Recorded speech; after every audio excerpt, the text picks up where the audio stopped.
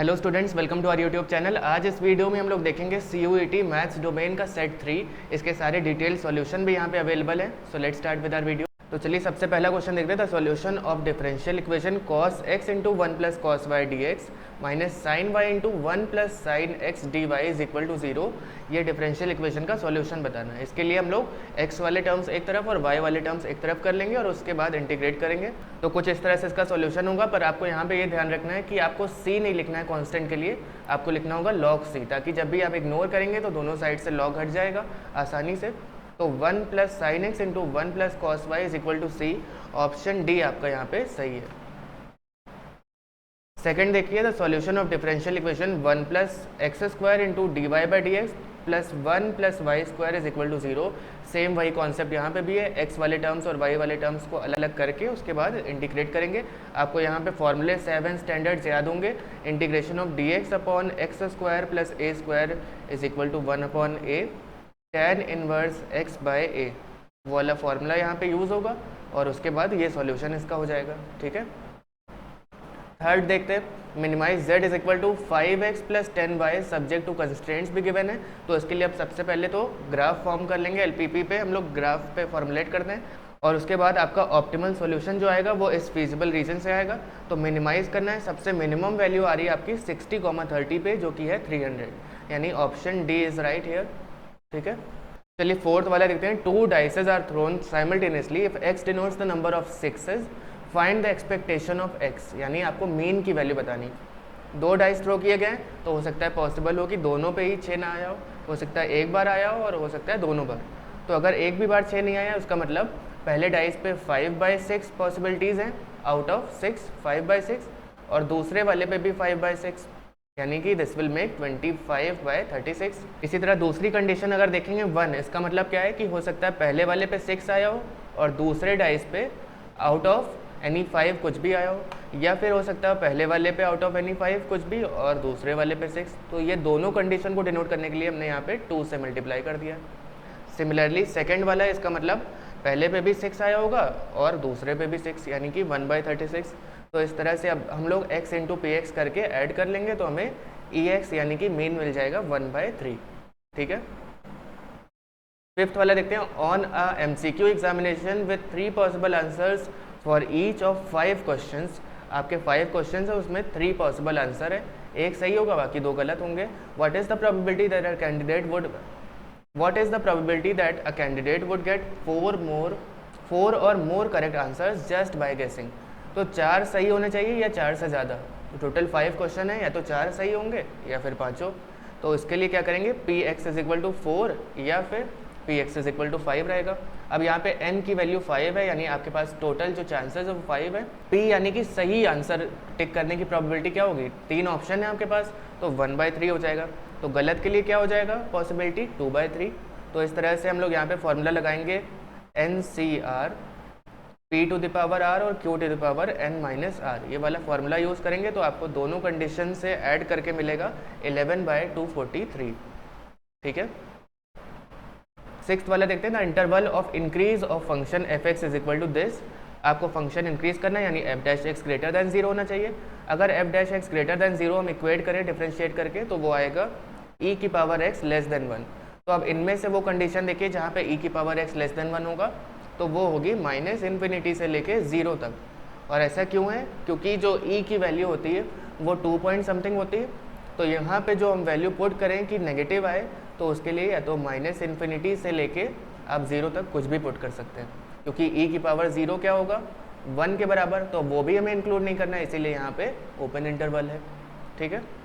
7th वाला integration से पूछा गया, काफ़ी सिंपल क्वेश्चन है। यहाँ पे सब्स्टिट्यूशन बेस्ड क्वेश्चन है। -1/x जो e की पावर है उस पावर को केवल आप t मान लीजिए, तो आपको डिफ्रेंशिएट करने पे 1/x² dx मिलेगा dt के बराबर। तो वहाँ से फाइनली आपको ऑप्शन बी सही मिल जाएगा। ठीक है। 8th वाला देखिए, number of arbitrary constant in a particular solution of differential equation of third order.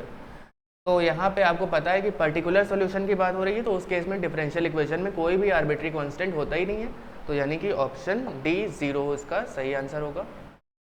9 देखते हैं। 2 numbers are selected at random from integers 1 to 9 if the sum is even what is the probability that both the number are odd. If the sum is even what is the probability that both the numbers are odd.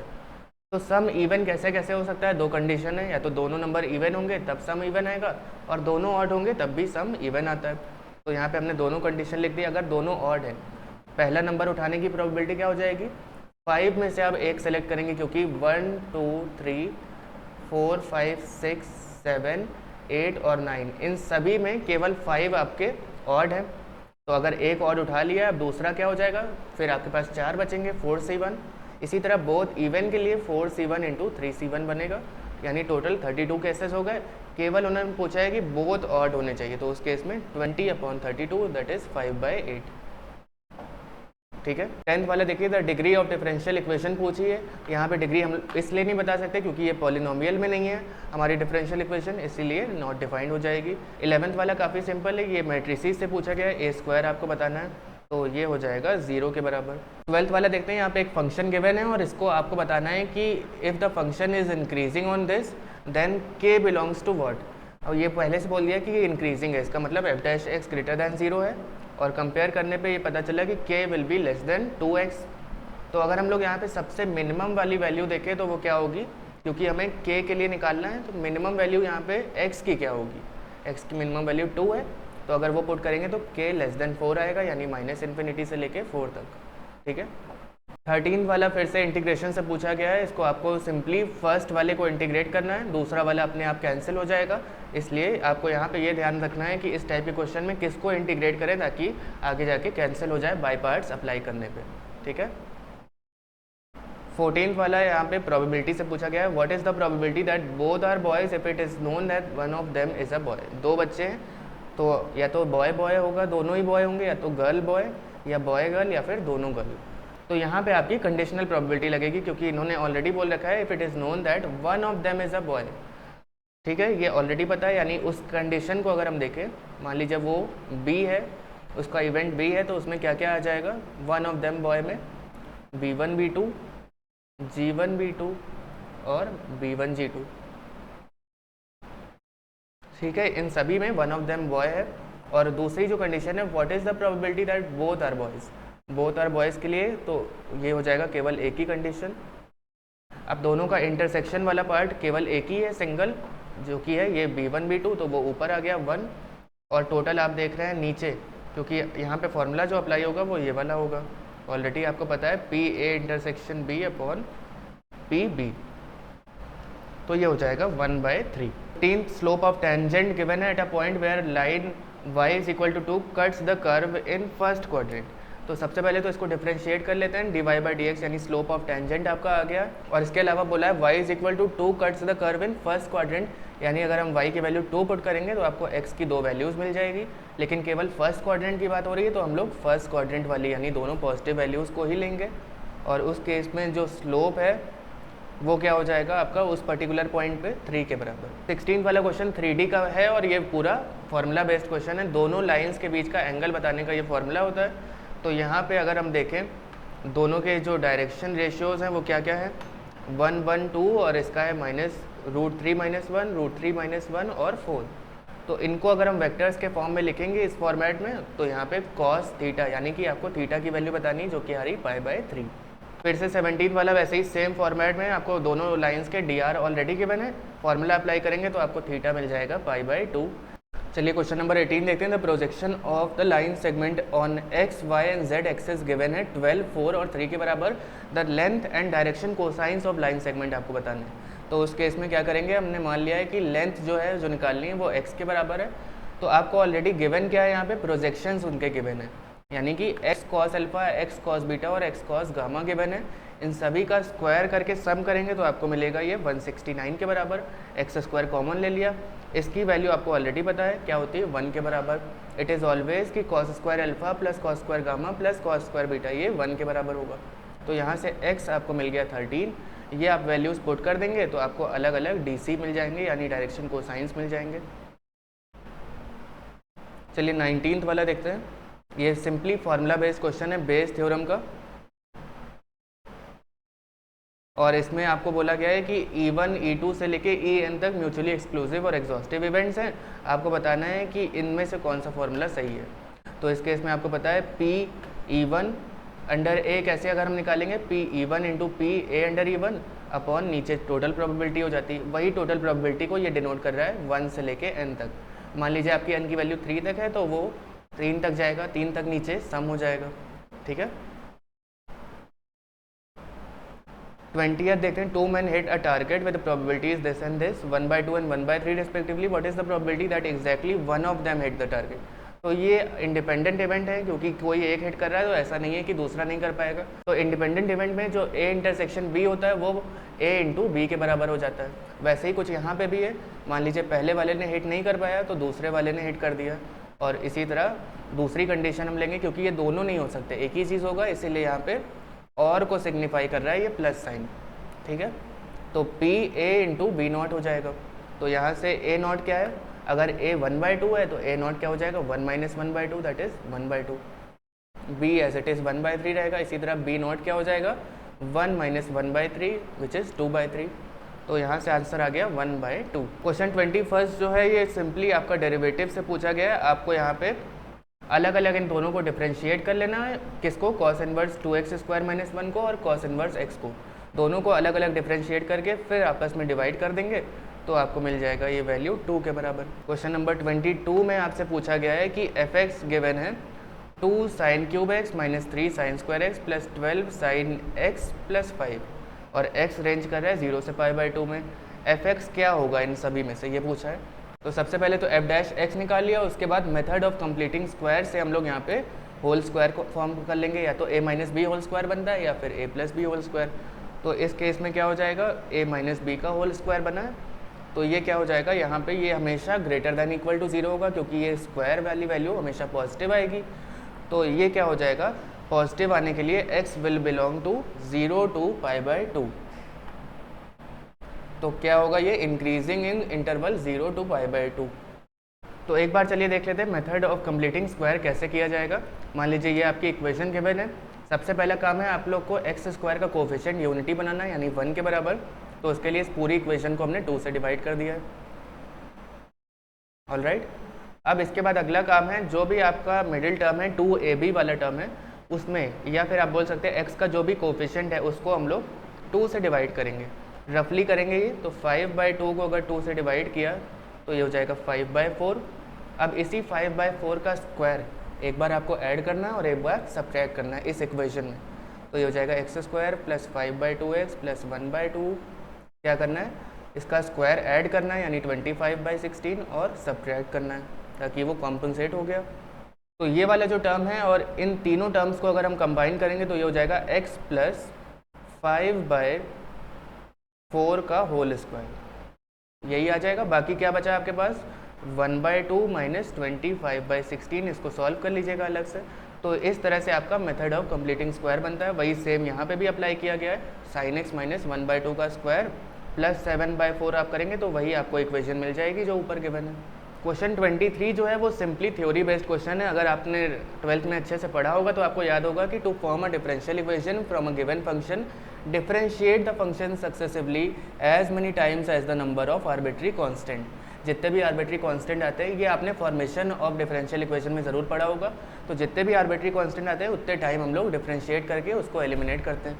Question 24 में आपको distance between these two parallel planes आपको बताना है। तो उसके लिए आपको यहाँ पे फॉर्मूला अप्लाई करना होगा, c1 minus c2 within mod upon under root a² plus b² plus c²। अब c1 माइनस c2 का मतलब ये दो कॉन्स्टेंट्स की बात हो रही है, जो भी ये दो कांस्टेंट आ रहे हैं, और नीचे a² plus b² plus c² में क्या हो जाएगा 2² plus 1² plus 2² within roots. तो ये सॉल्व करने पे आ जाएगा 7/2 के बराबर। ठीक है, ये डिस्टेंस बिटवीन टू प्लेन का फॉर्मूला है, सिंपल सा, इसको याद कर लीजिए। क्वेश्चन 25 काफ़ी सिंपल है। यहाँ पे वेक्टर b क्रॉस 2a आपको निकालना है और उसके बाद उसका मॉड निकाल लेना है। तो ये क्रॉस प्रोडक्ट का क्वेश्चन है, सिंपल सा। 26 में मैट्रिक्स p गिवन है, बताना है ये कौन सी है। तो यहाँ पे आप देख पा रहे हैं ये डायगोनल मैट्रिक्स भी नहीं है, ये वाली मैट्रिक्स जो है वो यूनिट मैट्रिक्स भी नहीं है, लेकिन ये स्क्वायर मैट्रिक्स है, क्योंकि नंबर ऑफ रोज और नंबर ऑफ कॉलम्स बराबर है, जो कि है 3 क्रॉस 3 के बराबर। क्वेश्चन 27 में ऑपरेशंस लगाने हैं डिटर्मिनेंट्स को सॉल्व करने के लिए, और उसके बाद जहाँ पे भी मैक्सिमम नंबर ऑफ जीरोस दिखेंगे उसी रो से या उसी कॉलम से एक्सपेंड कर लेंगे। तो एक्सपेंड करने के बाद आपको मिल जाएगा 1 इसका आंसर। ठीक है, क्वेश्चन नंबर 28 में आपको एक फार्मूला डिराइव करना है जो कि continuity and differentiability class 12th में था भी, पर वहाँ पे ये कोर्स में नहीं हुआ करता था, तो इसको ध्यान से देख लीजिए। Limit x tending to a x into F A minus A into F X upon X minus A, ये फार्मूला डिराइव किया जाता था और इसकी वैल्यू हमेशा आती है F A minus A into F dash A के बराबर। अगर आप डेरिवेशन नहीं भी कर पा रहे तो सिंपली इसको आप फार्मूला के तरीके से याद कर सकते हैं। क्वेश्चन नंबर 29 में minimum value of x into log X base E पूछा गया है। एफ डैश एक्स निकालेंगे और उसके बाद क्रिटिकल पॉइंट निकालना है, मिनिमम मैक्सिमा का पॉइंट निकालना है और फिर एफ डबल डैश एक्स निकालना है। तो यहाँ पे इसकी वैल्यू आ रही minus of 1 upon E. Question number 38 जो है, the equation of normal to the curve y is equal to sine x at 0,0 specific point पे पूछा गया है। तो सबसे पहले आपको यहाँ पे slope of tangent to the curve निकालना है एट 0,0 और उसके बाद m1 m2 is equal to -1, इस फॉर्मूले से आपको स्लोप ऑफ नॉर्मल मिल जाएगा। और इक्वेशन ऑफ लाइन तो आपको पता है y minus y1 is equal to m into x minus x1 होती है। तो यहाँ पे x1 और y1 की वैल्यू 0,0 है, वो पुट करने पे x plus y is equal to 0, ये आपकी इक्वेशन आ जाएगी। 31st वाला भी यहाँ पे प्रोबेबिलिटी से पूछा गया है। इसमें देखिए यहाँ पे the probability that a person is not a swimmer given है 0.3। तो नॉट वाली जो प्रोबेबिलिटी होती है वो क्यों हम लोग उसको डिनोट करते हैं, तो यहाँ p क्या हो जाएगा 1 माइनस 0.3 यानी कि 0.7। ये किस चीज़ की आ गई, that he is a swimmer, that a person is a swimmer, वो 0.7 आ गई। तो probability that out of 5 person 4 are swimmer, तो आपको 5c4 p to the power 4 और q to the power 5 minus 4 that is 1 लगाना है। तो यहाँ पे सॉल्व करने पे आपको इसकी वैल्यू पूरी नहीं निकालनी है, इनमें से जो ऑप्शन सही होगा वो है ऑप्शन डी। क्वेश्चन 34 यानी सेकंड लास्ट क्वेश्चन है। ए और बी 2 इंडिपेंडेंट इवेंट्स हैं, पी ए गिवन है और पी बी गिवन है। तो हम लोग ए नॉट और बी नॉट निकाल सकते हैं, ये हो जाएगा पी ए नॉट और ये दूसरा वाला हो गया पी बी नॉट। ठीक है, क्योंकि इंडिपेंडेंट इवेंट है तो इस केस में जो यहाँ पे इंटरसेक्शन वाला पार्ट हो जाएगा वो मल्टीप्लिकेशन के साइन में बदल जाएगा। तो यहाँ से 2/9 इसका आंसर आ गया। चलिए लास्ट वाला क्वेश्चन देखते हैं। यहाँ पे y is equal to under root sec x minus 1 upon sec x plus 1 given है।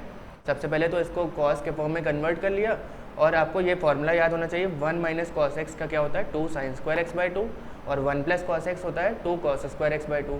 वहाँ से ये आ जाएगा tan x बाई 2 के बराबर। अब आप इसको अगर डिफ्रेंशिएट करेंगे तो ये वैल्यू आ गई आपकी half into sec square X by 2 plus C, क्योंकि tan x बाई 2 का जो डिफ्रेंशिएशन होगा वो सेक स्क्वायर एक्स बाई 2 होगा और फिर x बाई 2 को भी करेंगे तो क्या हो जाएगा 1/2। तो ऑप्शन ए यहाँ पे सही होगा। तो इस तरह से हमारा CUET मैथ्स डोमेन का सेट 3 भी कंप्लीट हो चुका है। अगर आपको फिर भी कोई डाउट है तो कमेंट में ज़रूर पूछिएगा। All the very best for your exams.